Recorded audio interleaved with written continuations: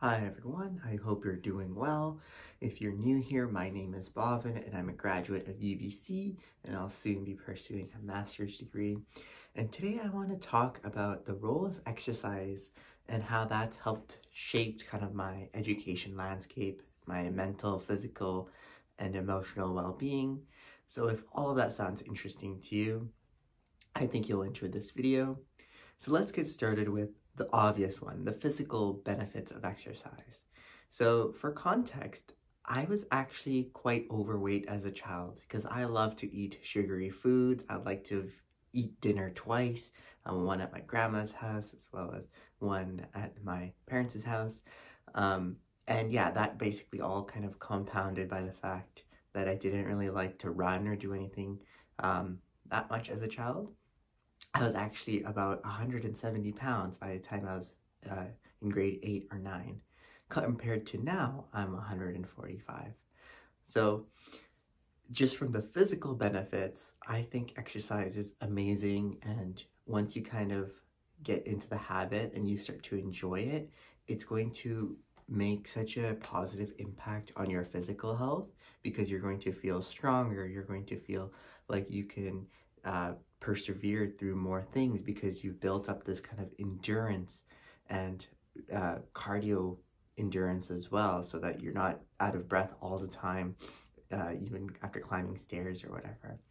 So just for context, the way I was able to lose like those 30-40 pounds or so was actually just by running a lot, as well as restricting intake of processed foods and eating less and portion control and all that sort of stuff. Very simple. Increase your movement and your activity and decrease the amount of calories you're eating so that you go into a calorie deficit.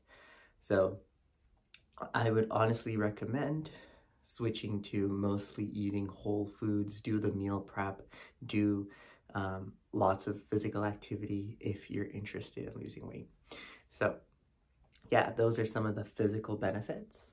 And it's obviously no secret, if you exercise more, you're going to reduce the risk of a bunch of health conditions as well, like type 2 diabetes, obesity, a bunch of heart and lung related diseases.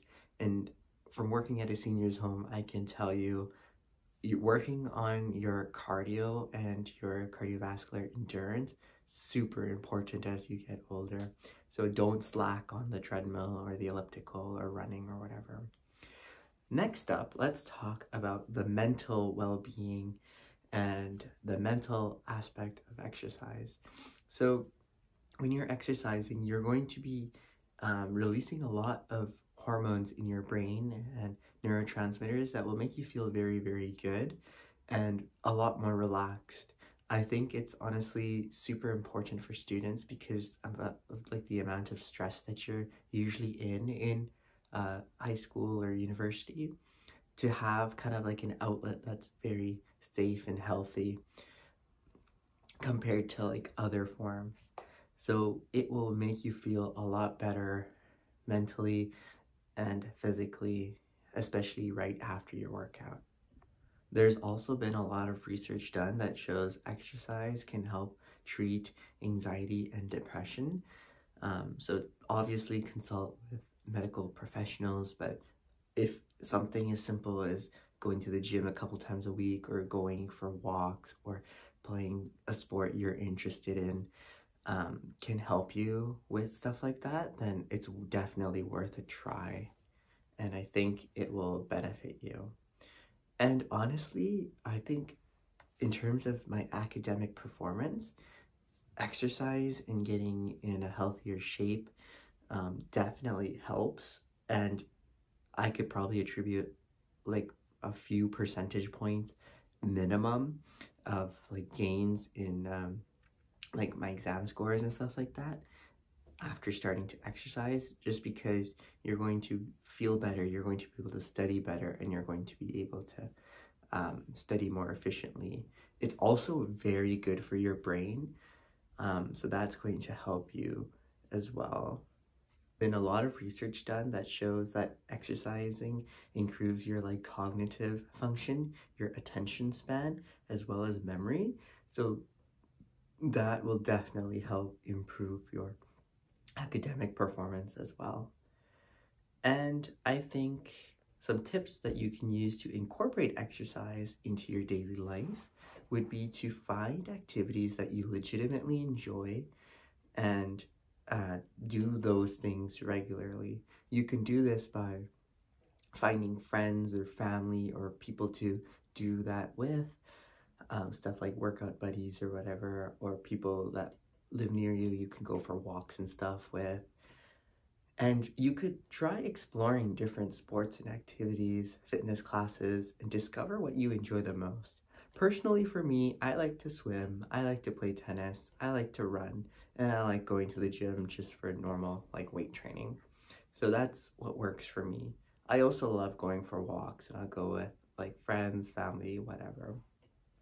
And next up, in terms of, like, weight loss and your goal setting, you're not going to become Dwayne Johnson by going to the gym like 3 or 4 times. It's incredibly difficult. So make sure you're setting realistic goals. Same thing, you're not going to lose 10 pounds of weight just by going to the gym for 1 month. But over the course of, say, a year or 2 years, you're going to see very substantial differences in your life. And then next up, make this a habit. So just try to do this for 21 days if you're starting out, and try to reduce all the friction you possibly can. So you can possibly sign up for like a monthly class or monthly pass to make it so that you are financially obligated to go, and that you'll be more inclined to go. You can make it so you keep your workout clothes in your car or ready to go. You could make it so you put your workout clothes out before you go to sleep or whatever, and so that you're reducing friction once again, and you have your gym bag ready to go, and that will definitely help you. So to conclude, I think exercise has probably been one of the most substantial things that have helped me personally, and it's improved my emotional, mental, and physical health. So I encourage everyone to, instead of watching Netflix, I saw a stat that the average North American person watches 30 hours of TV a week. That's basically a full-time job. You could do content, you could do, you could make time for the gym, you can do stuff like that. As well as like the long-term benefits of exercise and health on your academic performance and your personal development. Make this something you can't really choose to not do.